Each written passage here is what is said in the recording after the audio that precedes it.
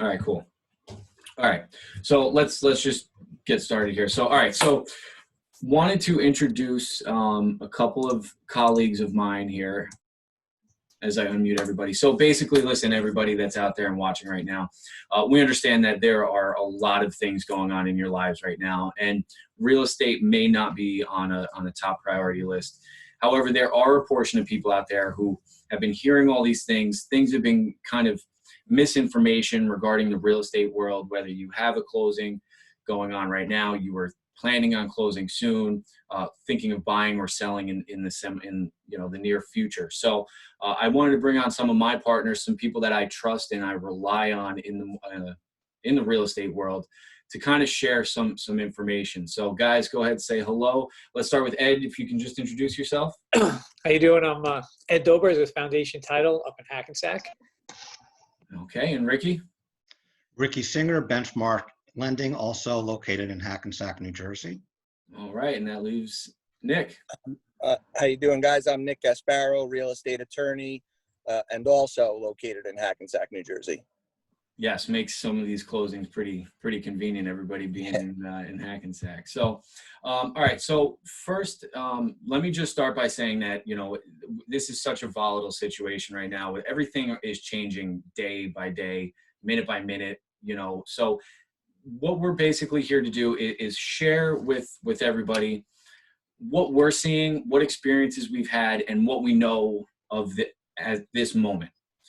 Everything is subject to change. So I just want to put that little disclaimer out there. However, if you guys have any questions, further questions, you want to get in touch with any of these guys, you can reach out to me. So why don't we just jump right into it? So Ed, I have somebody, a friend of mine who was planning on closing, and they're being told that there's no closings in New Jersey right now. Everything's shut down. Can you talk to that a little bit? Yeah, I mean, there are pockets, but the county courthouses are, the county clerk's office are closing down, but you can still do closings. We're doing them. Bergen County yesterday, they've been open. They said they were closing, but they've been open since 1 o'clock, and you can still do online searches in Bergen County too. So I guess the best thing you can do is for us is you can, on the seller's side, if you can get their title, their owner's policy, because with that we can go and you do the searches and we can go back. So if you're doing if you're buying a property and the seller has, you can tell to your real estate agents if they have the seller has their owner's policy. That'd be great for us to have. We're asking for that because that way it'll save us a lot of time with the searches, and it's basically we could go back because since 1985 we can do the recordings online, but before that that's when it gets a little tricky. So Ed, when you say owner's policies, now that's their policy from when they purchased the home? Yeah. So the seller, yes, who has they should have it in a safe somewhere, and that'll make the transaction go a lot quicker. And is that something that you usually get a copy of when you close? It would be with your closing package? Or is that something? Yeah, you would get it. Yeah, you usually get your title policy a couple months after you purchase the property. So, it could be sitting around laying in a safe for years. But that'll help facilitate the process now. So that's what we're all asking everybody to do that. So it's a good tip for your realtors. Okay. And so, being that, Bergen County, we're doing these searches online and things of that nature. Are there any, someone who's buying a house and they're doing the title search, should they be concerned about closing in this kind of environment where you're doing electronic searches? There's nobody actually in the courthouses searching these documents. No, well, listen, the underwriters are going to be taking on, they're going to be asking for affidavits. So they're putting policies in place to do these, so it's not, so as I said, we're finding this out day by day right now, but Of course. we have not stopped. So we're still doing the closings. Some offices might change, from different buildings might be closing. We have 13 offices across the state, so we can do them in different places. But in general, we're still going, and the underwriters are adapting. So as I said, there might be some extra documents they might have to sign, but as far as I said before, as far as like any goes, from different towns. From some towns are already waiving that, and if they do the whole homeless agreements, they'll be okay. So you'll see there might be a little bit more documentation, but in general, the closings that will be going on. Okay, and something I'm going to get into a little more detail with Nick and Ricky, actually everybody, I guess, but certificate of occupancies have been a big point of conversation right now amongst real estate agents because towns are shutting down. They're not doing these inspections because it's not, really safe. Is it a title thing that needs the certificate of occupancy? Is it a case-by-case thing? Is it, what can you tell me about It's not a title. It's It's not. It's more of a, first of all, the new owner definitely wants to have a certificate of occupancy, and Ricky will speak to his side more. I know some lenders require COs, some don't, but I know, Pete, what's going on right now, and hopefully more towns will adopt, is I think they're going to start issuing temporary COs so that these closings can continue, and then, sort of just mop it up afterwards, whether you're holding a little money in escrow. I mean, because technically, COs, even as you remember in the addendums to contracts, you're only talking about, sorry guys, I got a call. So you're only talking about $1,000 usually is what you're holding aside. So it's not like, if there's a CO issue that it's $20,000, well, then you have way bigger problems than obtaining a CO. So usually it's a nominal cost. And if towns can issue these temps and you hold a little money in escrow, we'll be able to keep it going. So that's a great point. And I actually want to transition to Ricky because I've heard some things with holding temporary COs. So now you've got it on paper that you're holding money in escrow. Is that a challenge when it comes to closing now that you've got money in escrow in these current conditions? To Nick's point, it does depend upon the lender and the comfort level of the parties involved. As a lender, we, as an example, do not require certificate of occupancy for closing. It's generally, as Nick said, once again, it's usually an issue with the town or the city that is requiring it. So, depending on the situation, it's a question of the attorneys on both sides being comfortable with that. And in my experience, the onus has always been on the purchaser at that point, even though something is being held in escrow, because once the sale is complete and the closing takes place, the seller is, of course, quote unquote, out of the transaction at that point. And that's really the major issue. So I've heard previously in issues not related to what we're dealing with now in this current environment, where one attorney is comfortable with it and the other attorney is not comfortable with it, and they will not close without a certificate of occupancy. Certain lenders will not allow to even close with a temporary C of O. As I said, we don't require it either way. But again, then you have the issue of attorneys on either side, whether they're going to advise their clients whether to close or not based on those circumstances. So as you said, it is fluid. I'm sorry?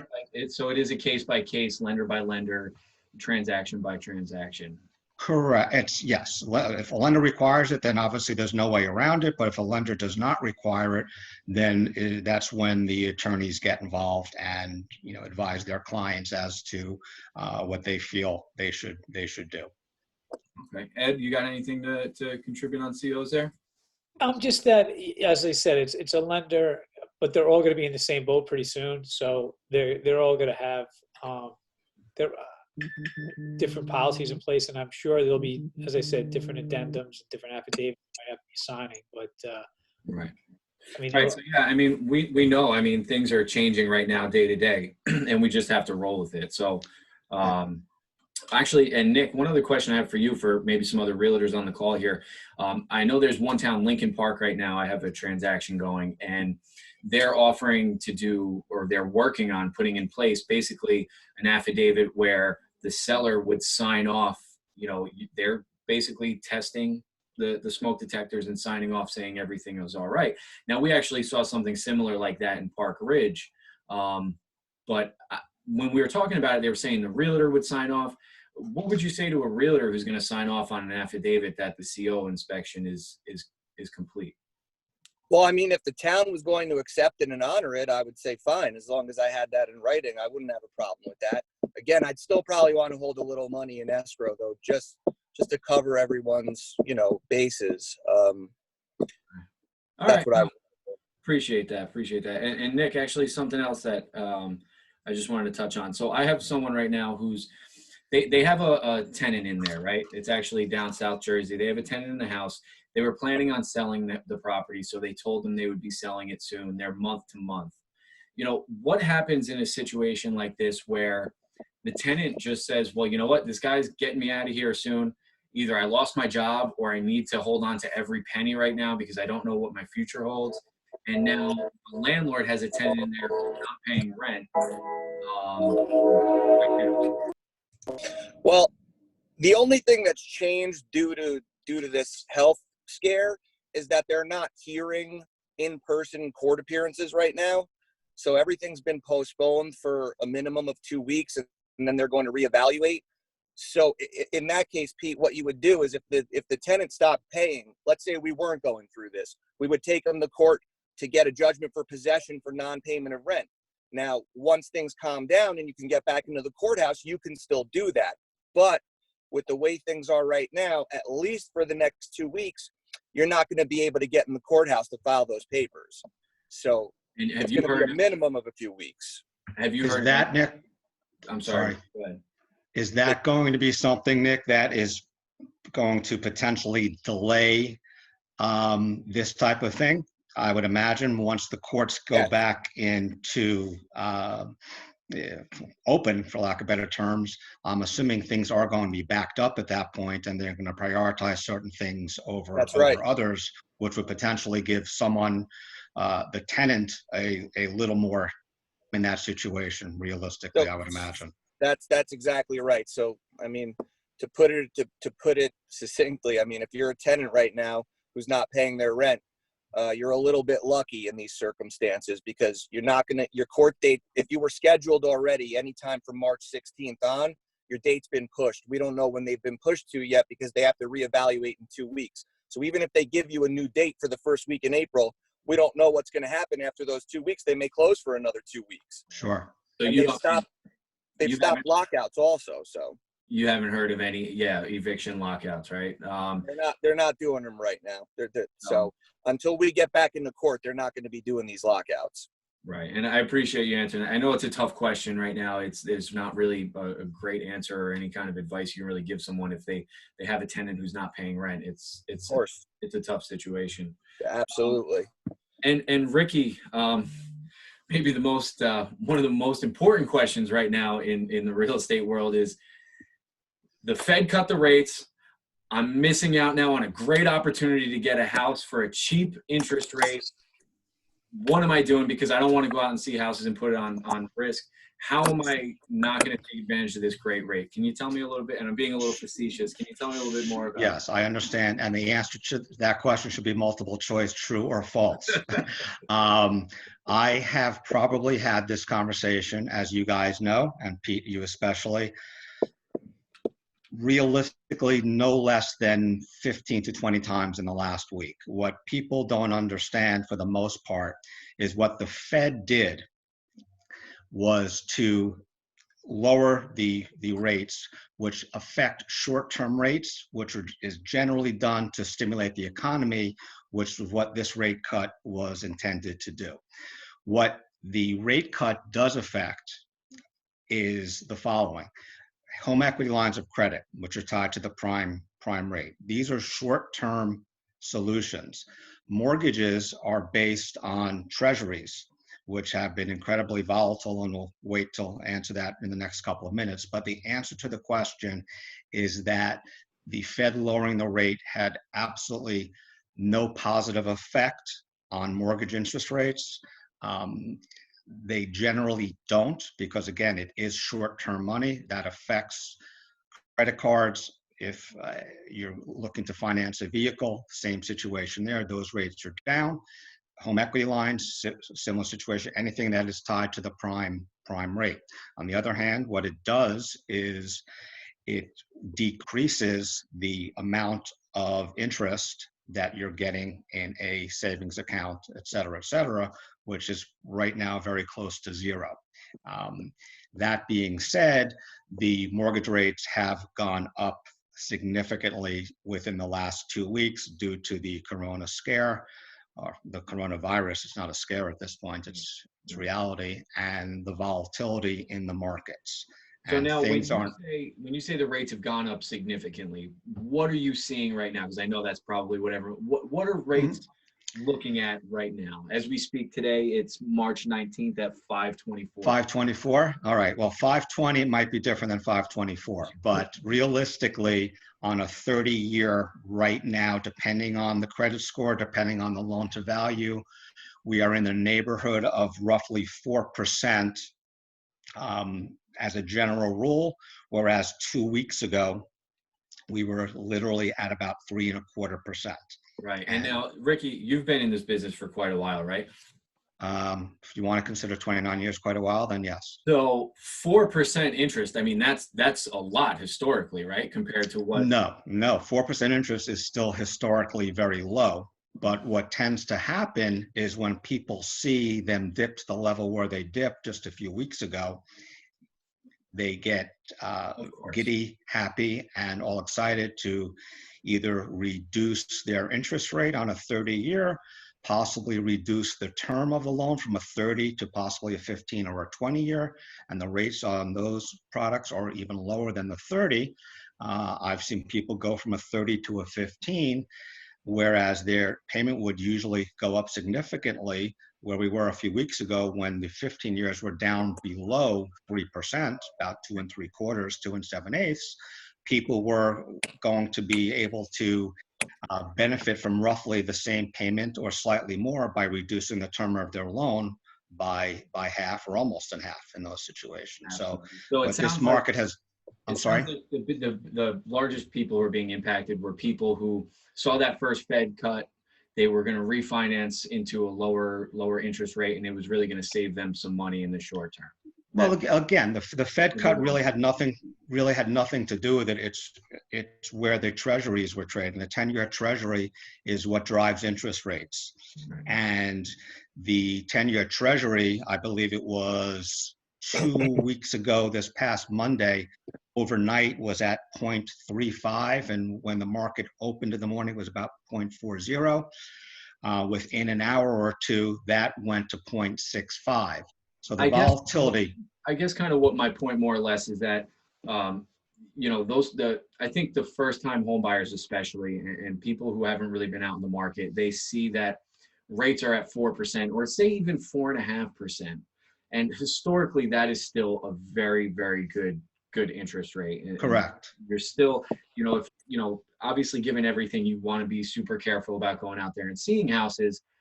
But if you could get a property now at a good price because there's not a lot of competition and the interest is still at 4 to 4.5%, you would still say historically that's a good. Oh, no question.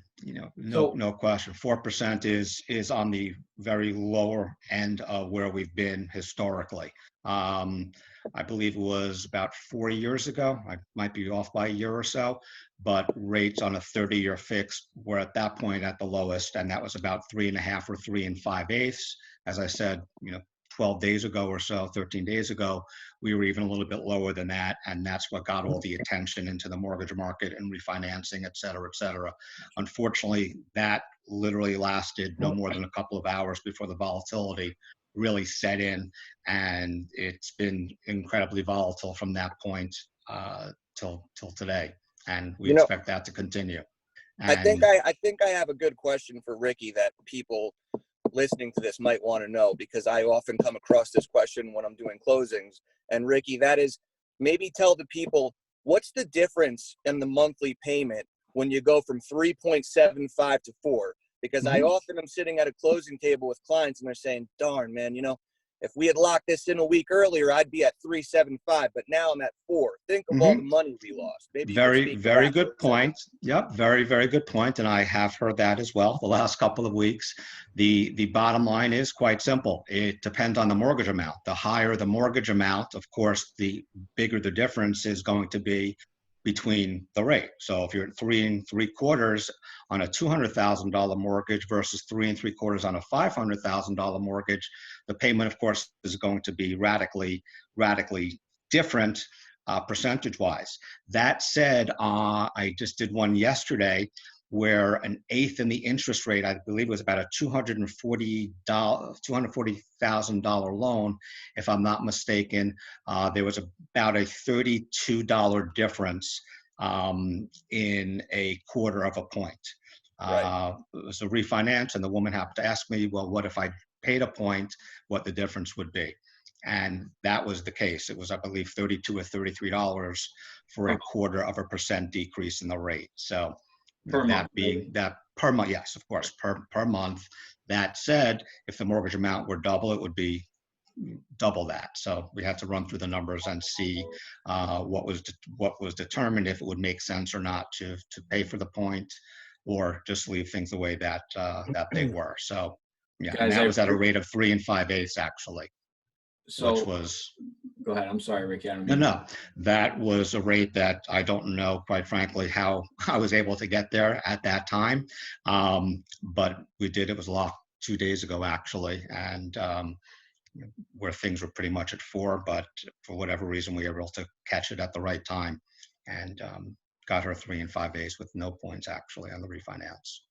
Cool. So yeah, that's a great question though, Nick. But generally speaking, it's an eighth isn't going to create the difference between someone qualifying for a loan and not Right. qualifying for a loan. It's just a question of their mindset typically, and how they are going to view that based on the savings that they could have had, as opposed to where things wound up. Right. So I know, we're going on about a half hour here, and I know you guys have clients and families and a million things going on. I just wanted to give you guys each an opportunity. We'll start with Ed. Is there anything that maybe you want to put out there that maybe you feel there's some misconceptions on, that maybe you want to touch on? Just, again, the whole point of this is just to get a little bit of clarity on what the people in the industry are actually seeing. So Ed, if there's anything that maybe you can, you wanted to put out there before we sign off here. Yeah, I just want to say, as far as the actual closings, we're minimalizing the amount of people there. Like, we don't want the real estate agents people. We don't want the sellers. We want them to send in their documents. We basically just want the buyer and the attorney to do it. This is going to change the way we do closings going forward. I mean, there's always been some talk about e-recording, e-closings, and I think that's going to happen quickly now, because there's been a lot of states that have been fighting it. But I think in the future, you're going to see a lot more of this being done online, and it's going to be actually for the better. I think in the long run, it'll be speed things up as far as closings go. You won't have to wait for closers. The documents will be ready.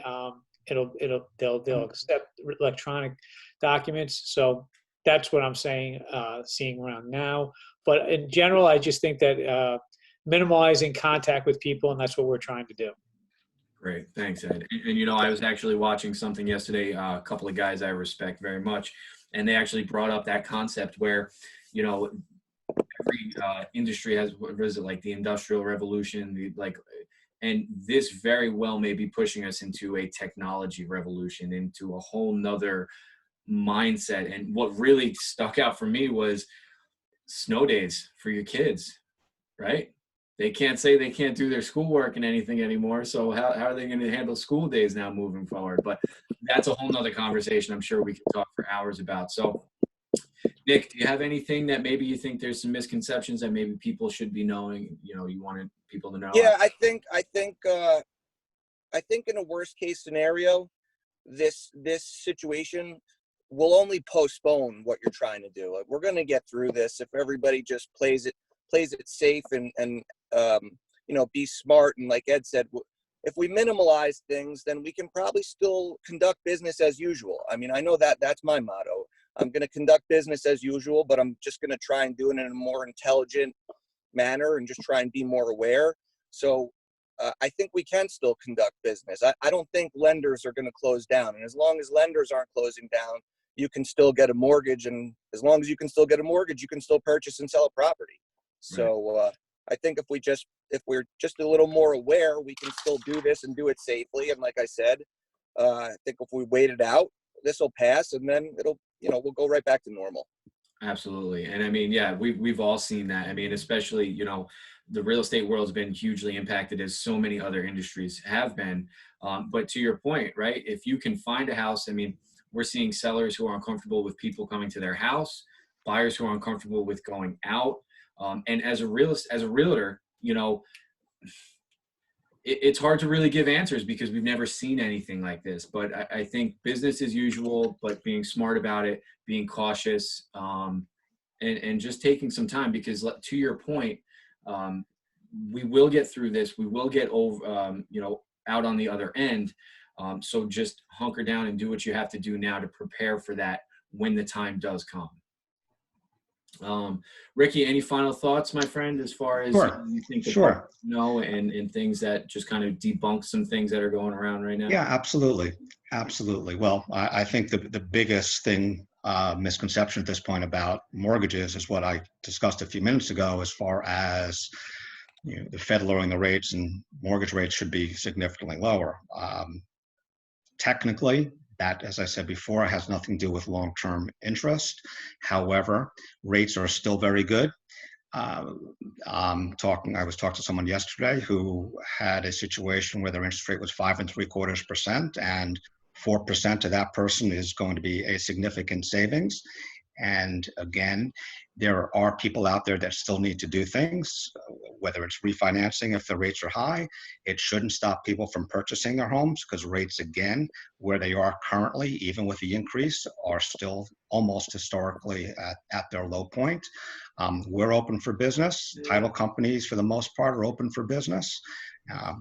Realtors are still open for business. We are all doing what we can and adapting to the situation. And I think one thing that might come from this when this all passes is that we're going to see a lot of businesses that didn't think that they could actually operate remotely do so. And I think it's going to be a different business world down the road based on this and how long this goes on for.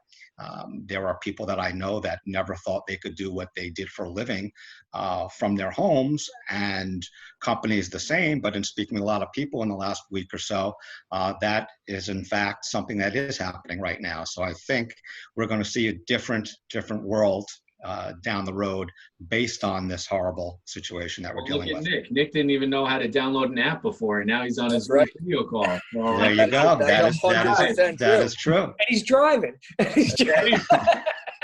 All right, well, guys, listen. I've already learned so much. I just wanted to thank you so much. I know all of all of our lives have been turned upside down and things have been crazy. So, but I appreciate you spending some time with me here, getting the information out to everybody.